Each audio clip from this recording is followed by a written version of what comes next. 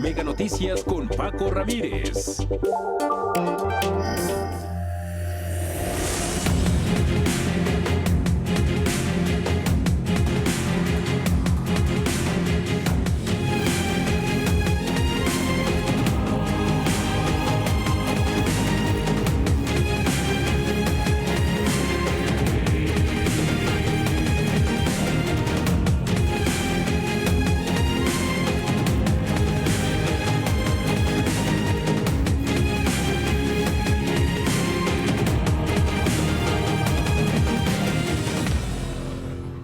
Los números dicen que no hay recesión, que la economía crece poco, 0.2%, pero crece.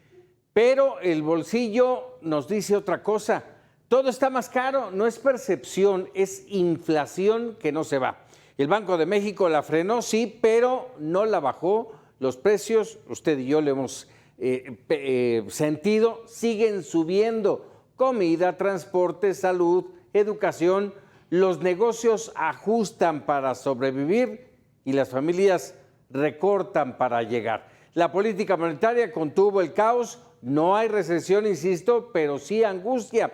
Y en medio de ello anuncian la reforma para bajar gradualmente la jornada laboral a 40 horas. ¿Será el momento? ¿Subirán los costos laborales de las empresas? ¿Subirá la producción? Necesario encontrar el balance. ¿Quién pone orden en la casa? Vámonos con las expectativas y los números. Hay otros datos. Leticia Alcántara. Gracias. México libró la recesión técnica con el crecimiento estimado de 0.2% para el primer trimestre del 2025. Pero ¿será posible que libre este riesgo para lo que resta del año? Vamos a ver. La Secretaría de Hacienda señaló que aunque el crecimiento económico de enero a marzo es moderado, confirma que la economía mexicana sigue en expansión, pero su titular, Edgar Amador, reconoció que México encara un entorno de elevada volatilidad por la reconfiguración de la política bilateral con Estados Unidos. Señala incluso que el desempeño del segundo trimestre del año va a ser fundamental para entender cuáles van a ser los impactos de la política arancelaria. El secretario de Economía, Marcelo Ebrard, adelantó que México sigue negociando con nuestro principal socio comercial para proteger a la industria automotriz nacional. Vamos a escuchar. El día de ayer se publicaron instrucciones a las autoridades aduanales de Estados Unidos. Se subraya que las autopartes de México tienen el trato de nuestro tratado y por lo tanto no pagan aranceles. Van a ser consideradas para los descuentos que la industria automotriz va a aplicar o compensaciones que va a aplicar en las próximas semanas. Entonces, ¿seguiremos creciendo o no? Y sobre todo, ¿cuándo veremos los efectos? Para los analistas económicos, México se encuentra entre el riesgo de un crecimiento nulo o una recesión por la guerra arancelaria de Trump. Y es que si bien varios de los principales indicadores macroeconómicos como la tasa de desempleo, las reservas internacionales que hilan 3 meses al alza, una recaudación que alcanza niveles récord, el tipo de cambio que se mantiene estable e incluso las remesas tuvieron una recuperación en marzo y ascendieron a $5.150 millones con 13.438 millones de envíos, con lo que se recuperó la senda de crecimiento que se había perdido en febrero pasado. Pero la encuesta sobre las expectativas de los especialistas en economía del sector privado que elabora el Banco de México pronostica un panorama cada vez más negativo. Por quinta ocasión consecutiva, los analistas consultados recortaron el pronóstico del PIB para México y esperan que solo avance 0.2% en 2025. A la par, se espera que la inflación acelere en los próximos meses y cierre el año en 3.8% desde el 3.7% considerado previamente. Y es precisamente los precios al consumidor que reportan 2 quincenas consecutivas de aceleraciones, lo que no permite que los mexicanos consideren que la economía va por buenos pasos. Incluso el indicador oportuno del consumo privado, que muestra cuánto están gastando las familias mexicanas en su vida diaria e incluye desde lo que se compra en el supermercado hasta los servicios como el pago de luz e internet, registró en marzo una baja anual de 2.55%, la más profunda desde febrero de 2021. El indicador encadena 4 meses consecutivos en terreno negativo. Así las cifras. Regreso con ustedes. Sí, se siente distinto. Muchas gracias, Leticia. Establecemos comunicación con Juan Carlos Anaya, el director del Grupo Consultor de Mercados Agrícolas. Como siempre, un gusto el poder platicar contigo, Juan Carlos. Buenas noches, muchas gracias. Y de entrada te pregunto, a ver, no hay recesión, pero, y hay que decirlo, gracias al sector agropecuario, ¿cómo se ven las cosas? Bueno, Paco, la verdad se sorprende que el sector agropecuario fue el que no llevó a la recesión, ya que en el trimestre hubo un crecimiento del 8%, 8.1, algo sorprendente, y en el año 6%, y esto es causado por varios factores. Uno, que tuvimos un mal año en 2024, entonces eso nos permite tener mejor crecimiento. También tenemos un crecimiento en la producción agropecuaria, un tema estacional derivado que es cuando salen las cosechas del primavera-verano. La producción en el trimestre creció el 11.7% y en valor 17.7%.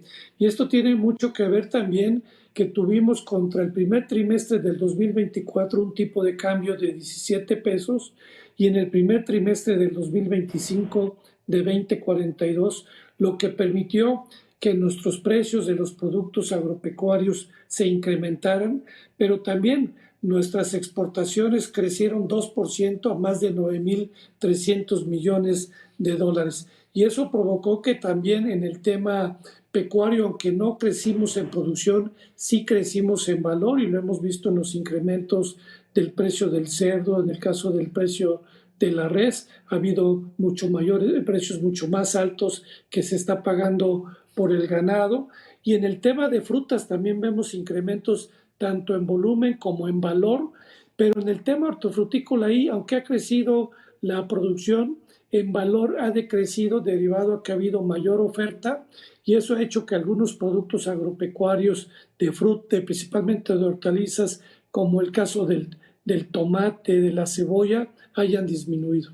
Sí, a ver, justamente lo mencionaba ya hace apenas unos días. ¿Nos pueden hablar de recesión, de inflación, de situación económica complicada? Pero mientras no lo sentimos en el bolsillo, pareciera que no existe. Cuando vamos al mercado y vemos los precios y los comparamos con lo que gastábamos antes, nos sorprende. Ese es el caso en este momento que vemos precios altos.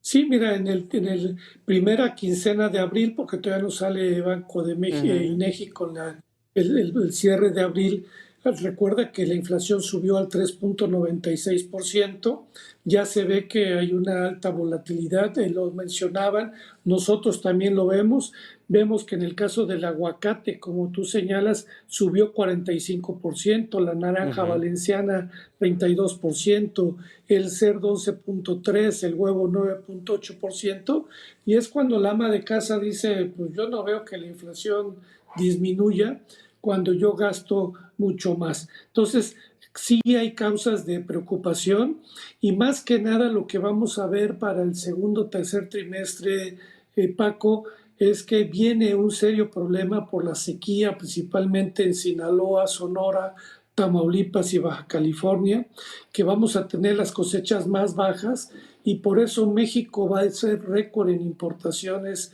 de granos y esto pues va a impactar también temas de inflación, pero más que nada caída de la producción y entonces la expectativa de crecimiento del sector primario para el segundo, tercer trimestre y el cierre del año no es nada alentador, derivado que México solamente va a producir en granos y oleaginosas el 45% y en el sector pecuario vemos bien un sector avícola, tanto huevo como pollo, pero en el tema de res, con el tema del gusano barrenador, la sequía, tenemos serios problemas, los precios del ganado han subido históricamente y ya lo estamos viendo en los precios de la carne que se han ido incrementando.